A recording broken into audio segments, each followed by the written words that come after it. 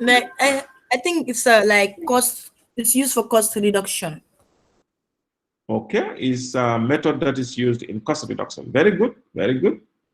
Yes. Anyone else? Value engineering? It is like Yes. it is a trade-off between different functional and features of the product, something like Okay. that. Yes, that's a good attempt. Actually, it's not only about cost reduction; it's about enhancing, and stuff like that. So value engineering is a lot more bigger, and it's a concept that is used in practice, especially by manufacturing organizations. Okay, good. Okay, so let's proceed. Value engineering, as you have seen on the video, is obviously all about improving value of products. Okay, and value of products is what the customer is ready to pay for the product. What meaning the benefits that a customer is going to derive from the product is what we call value. So value engineering is improving that benefit, enhancing it. Okay? So, in other words, value engineering is a systematic method to improve the value of goods or products and services by using an examination of function. Value, as defined, is the ratio of function to cost, function of the product to its cost. Okay? So, value can therefore be manipulated, can be increased, it can be reduced, by either improving the function of the product or reducing the cost. Okay?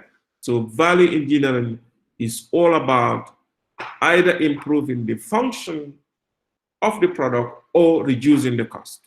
Okay? Because if you improve the function, it has a relationship with the cost. Okay? So value engineering promotes the substitution of materials and methods with less expensive alternatives without sacrificing functionality. Okay? Listen to this. This statement is very, very important. When you are trying to do value engineering, what you do is you try to substitute materials.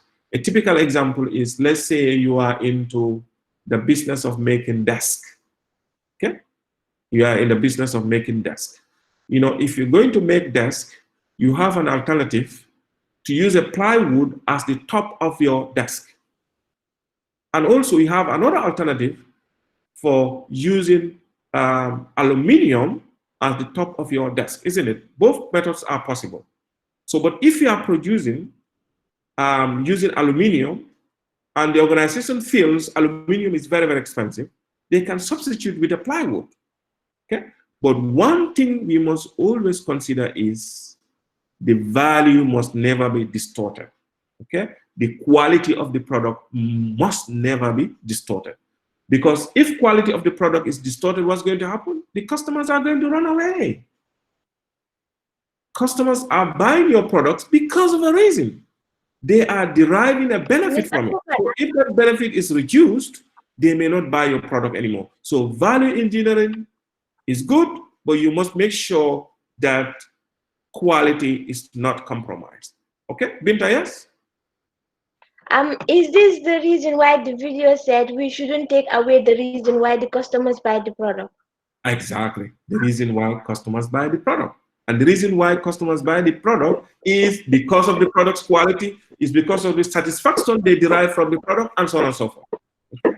So your value And in engineering that same not video, compromise that, because otherwise you're going to push yourself out of business. yes, Is sir. that And in clear? that same video, can you hear me, sir? Yes, yes, Amadou, It yes. says cost.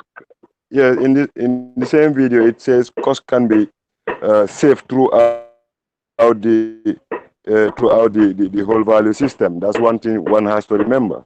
Exactly. That's by use of this value engineering. Exactly. Good. Okay. So let's proceed. I'm happy that people are following. The video thing is also very helpful because usually if you hear something, it sticks better than even when you just read it. Okay. So it's really important. So going forward, I will be including in relevant videos so that we can also benefit from them in addition to the lectures. Okay. So value engineering is used in closing target cost gap. So the system we use to close the gap, closing the gap, I told you what it means, meaning eliminating the difference between the estimated cost when we are using our normal costing techniques and our target cost. Is that clear, everyone? You must know this, okay?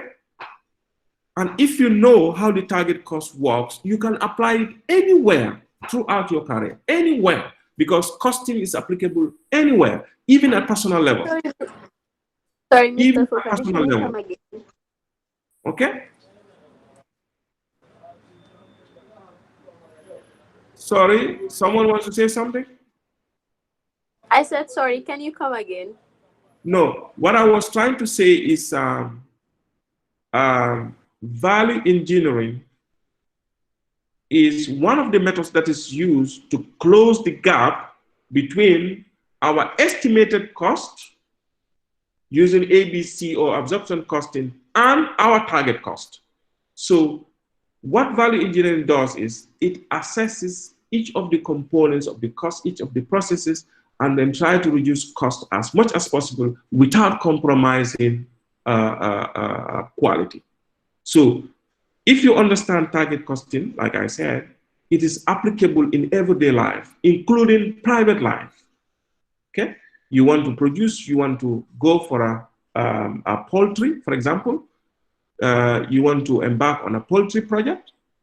The first thing is, before you in fact buy your chicks, go around and then know how much your how much the other poultry farmers are selling their chicks.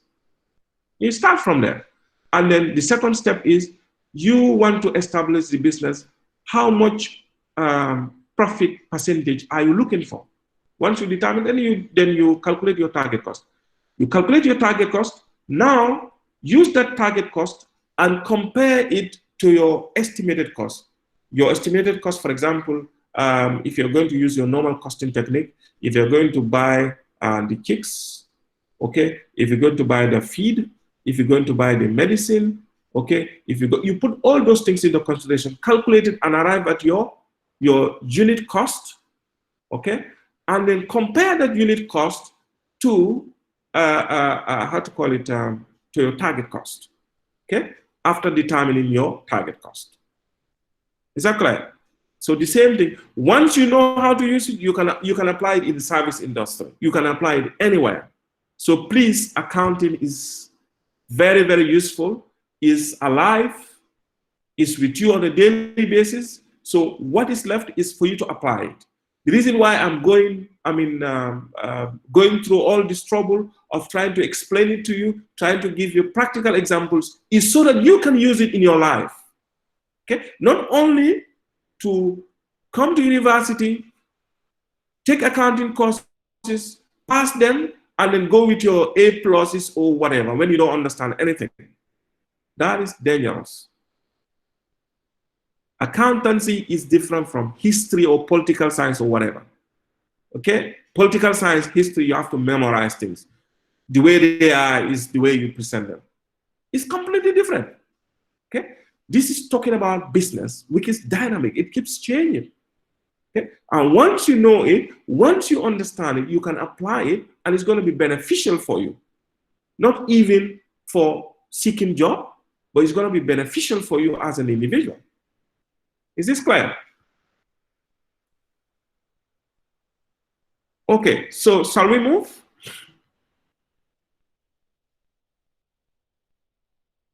Shall we move?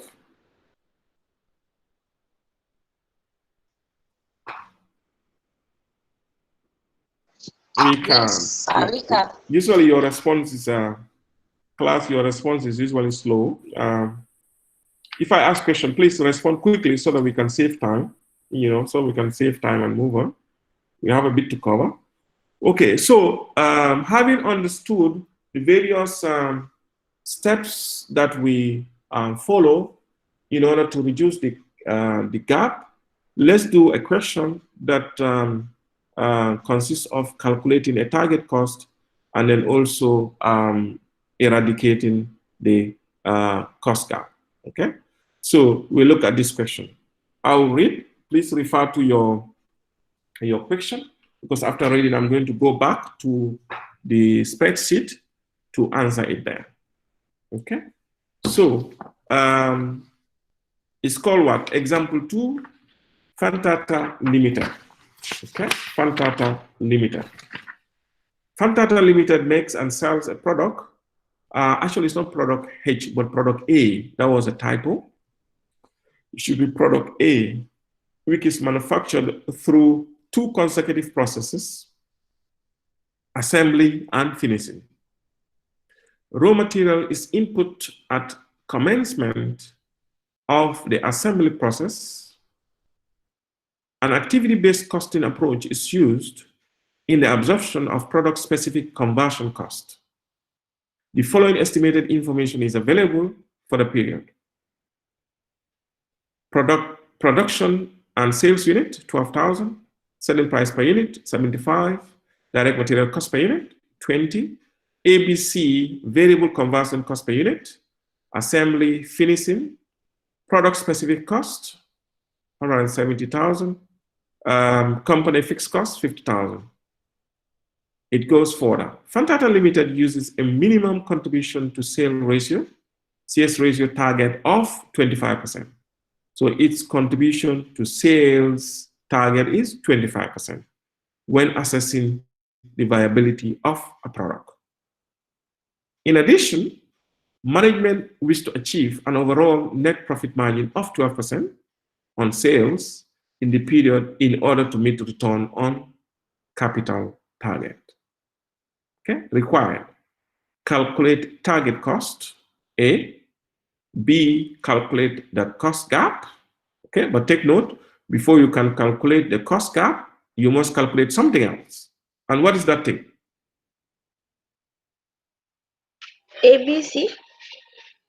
Yes, the ABC, because we have been told that is the ABC method that they have used. So what we're going to calculate is the estimated cost using our ABC. Good, excellent, good.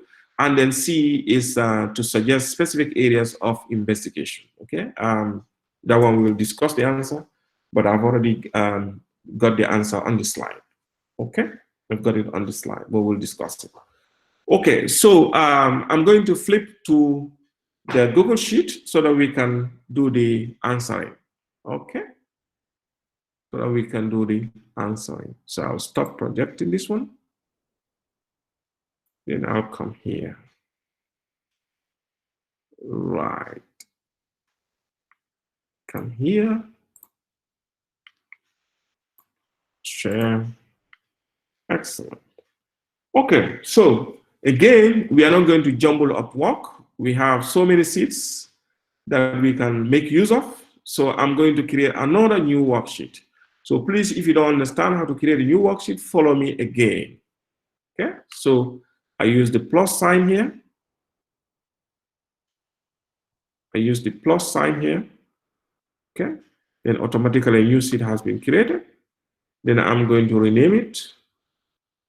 So I'm going to call it what? EG2, yeah?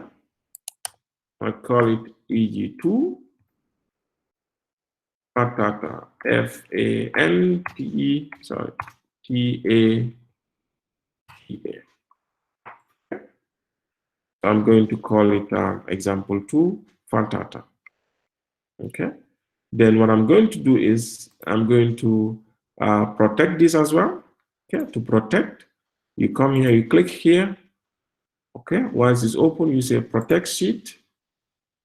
Okay, you come to permission. Okay, set permissions. Okay, so you come here, you say range editing permissions. You click here, you say only you. That means only me can edit. Okay. So the first thing we learned here, I'm just gonna put that here. Skills. This time I'm going to call it skills, E-A-R-N-T, skills learned. Or just say spreadsheet skills land. SPREADSHEEP.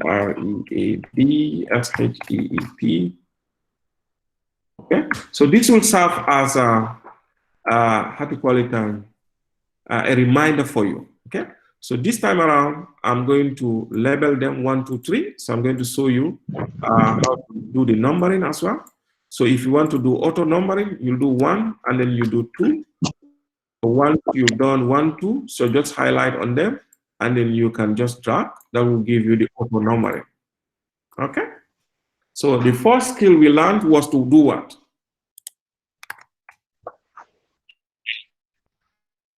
How to protect this sheet. how to protect sheet. And then the next one we have learned even before answering the question was to what? To do auto numbering. Automatic numbering. To add a sheet, what about the other sheet? Yes, okay, we can add that, add in a sheet. Okay, are we together?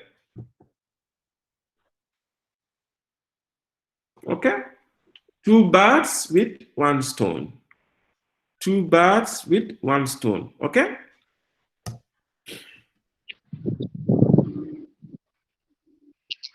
Shall we?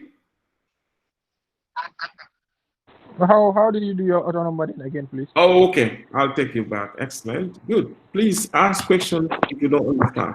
So, you know, if I do 1, and then I want to drag it, look at it. If I do 1, just 1, then I want to drag it, look at it.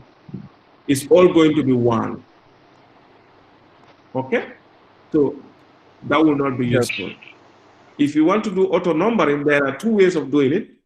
You can do a semicolon, a single column, and then you type 1, then you enter, and hopefully this should work. So once you do single column, I'll do that again. So once you do, you know, a single column, as you can see here, can you see? Okay. So a single quote, single quote. You know, you have double quote and double quotation and single quotation. So you do a single quotation sign and then press 1. Once you press 1, then you enter, and you can now drag, copy and paste. So once you do that, it's going to follow. But the only trouble with this is it has changed this to text. So it will not be seen as a number. So the alternative way of doing it is by typing at least a pattern. So when you say 1, then you do the second one, and then now highlight on the 2, and then you drag. If you drag, then that will give you the automatic numbering. Let's say you want only even numbers.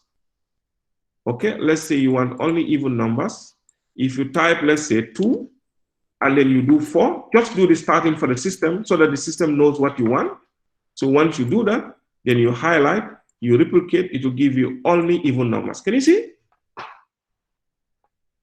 Can you see? Yes. Okay. Yes. So Yes, that will be yes. even numbers. So you can do anything. You can do it in tens. You can do any numbering. So, but we want it to follow each other. So we do 1 and 2, and then we highlight, we move on. Yes. Yes. Okay. So let's Yes, how to move this. protect. Otherwise, How to protect. we want Why don't we? watch the video again. I'm sure you'll be able to do this thing. So don't, if you miss out on things, don't worry. I mean, you have another opportunity because the video will be there for you to watch. Okay.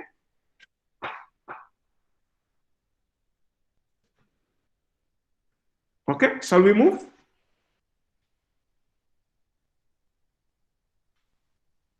Shall we? Okay. So now we're going to answer our example 2 question, which is Fantata. Okay. So I'll come here. I always like to leave a margin. So I come here to B2. I always want to start from B2. Then I'll just say EG2. Okay. Fantata,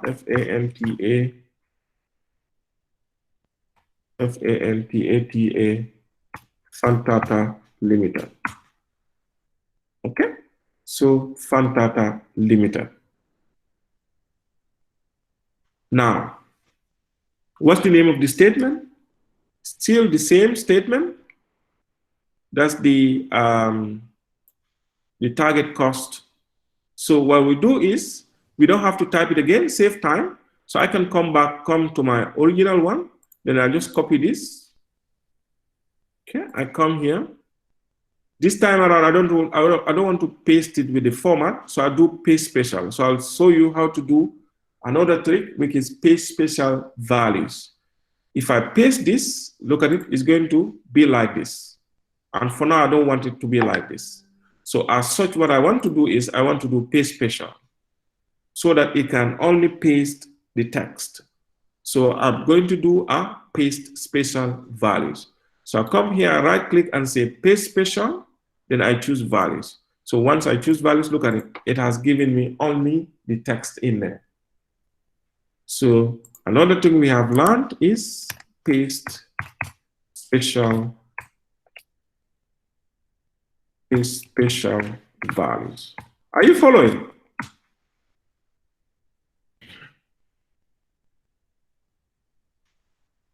Okay, are you following? Yes, Mr. Bobana. Yes, we are, Mr. Fofana. Excellent. Okay, good. So we have our target cost statement. We're not going to do any formatting for now. Okay, so this will be our A. So I just type A. That will be our A part, isn't it? So we have our target cost statement. Now we start. The same thing, just like the target cost statement is usually very simple. So what is the first thing that we consider when we are doing our target cost statement? The target selling price. The target selling price. Excellent. So we do our target selling price. You can use selling price, it doesn't matter. You can use target selling price or selling price or price. You can even use price, it doesn't matter. Okay. So we expand. So we've already learned how to do expansion. So we're not going to put that here. Okay. So we expand. Okay. So we use this column for our percentage, and we'll use this column for our values.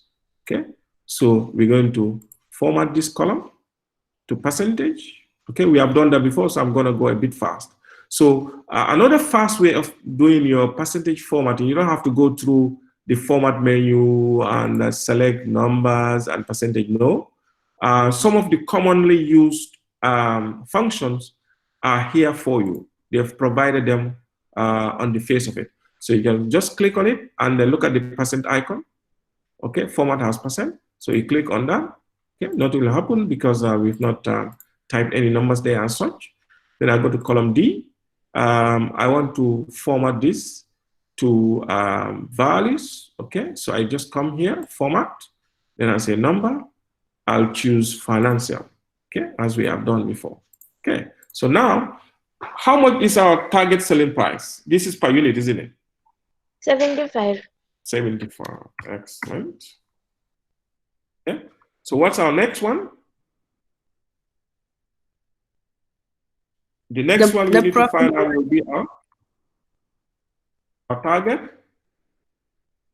Profit. Target profit. Target profit or target profit margin. And that percentage is how much? 12%. 12%. So we do 12. And then we can calculate the 12% on this. That will be equal 75 multiplied by that. That will give you 9, isn't it? Okay. Then now we can calculate our target cost. Okay. We can calculate our target cost. So what's our target cost? What formula do we put here for our target cost?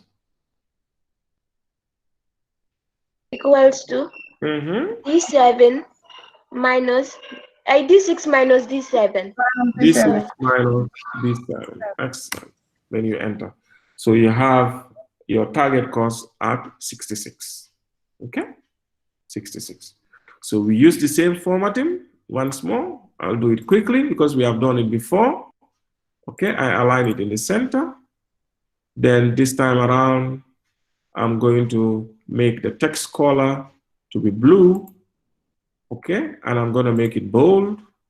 Okay, and I'm going to make everything to 12. That's the font size. Okay, and I'm going to, yeah, it's already expanded to 125, which is good, so they can see it properly. Okay, so we have this. Now we're going to replicate this same format in here. Let's say we want to make it green now, just for a change. So we can use this greenish, olive green. Okay, so in order to replicate it here, so how do we do in order to replicate this format to here? Can someone help me? We can just copy. Copy. No, like the format to have it the print format, you mean? Yes, I want to like the green so that is on centered here. So can someone help me? What do I do quickly? Yeah, you click at Paint. Some go to the green format you click at the example 2. One by one, please. One by one. Hadi, yes, Hadi. You click at example 2 Fantata Limited. Okay, I click there. Then after you go to pay, format pen. Format pen, exactly. I click format pen. Then click the target costing statement. That's B4. Okay, excellent. So once I click that, it's gonna give me that format. Is this clear? Okay, simple things, but it makes life a lot easy. How many Excel spreadsheets have you seen before that will just be done like that? They will type, the numbers will not be formatted. You will not know whether it's whether there's a thousand number or a 10 or a unit. You don't know anything. So it's all over the place. And I really hate such statements. I keep telling my trainees and my students, no matter what you do, your presentation must be right. Okay? The way you present things is really, really very important. Okay? If you sugarcoat or honeycoat your presentation, it's going to be more palatable to your readers than when you just leave it the way. Sometimes you can do particular works.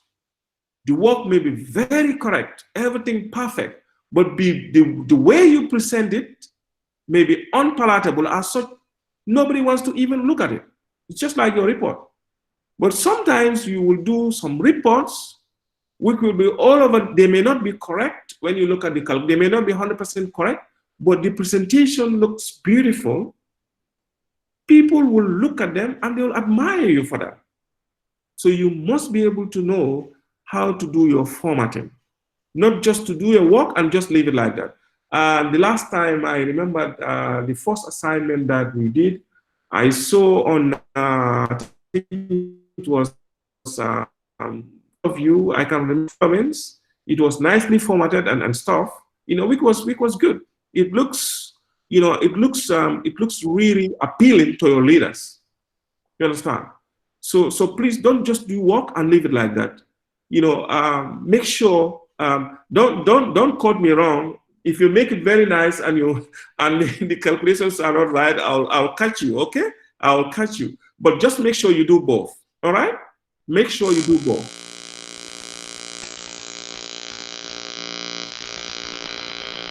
Katim Ture.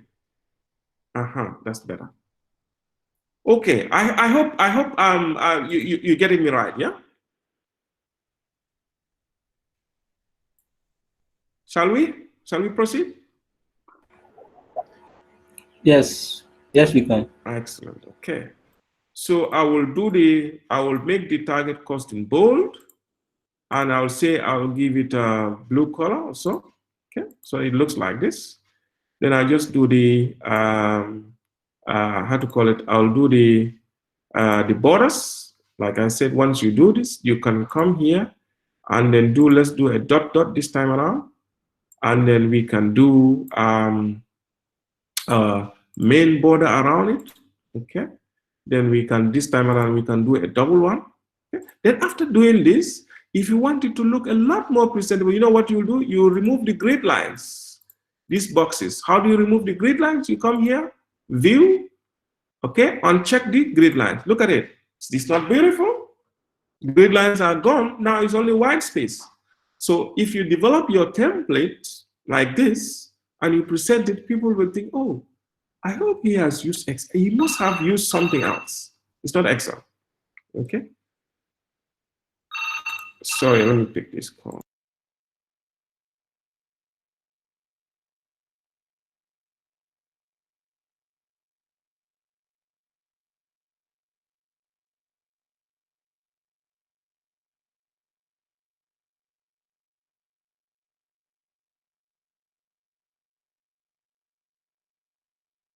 Okay, sorry, I just had a call. Yeah. Okay, so let's proceed. I hope you understand my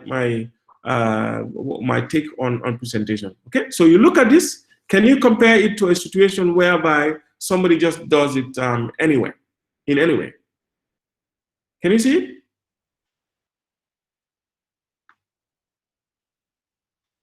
Hello, class.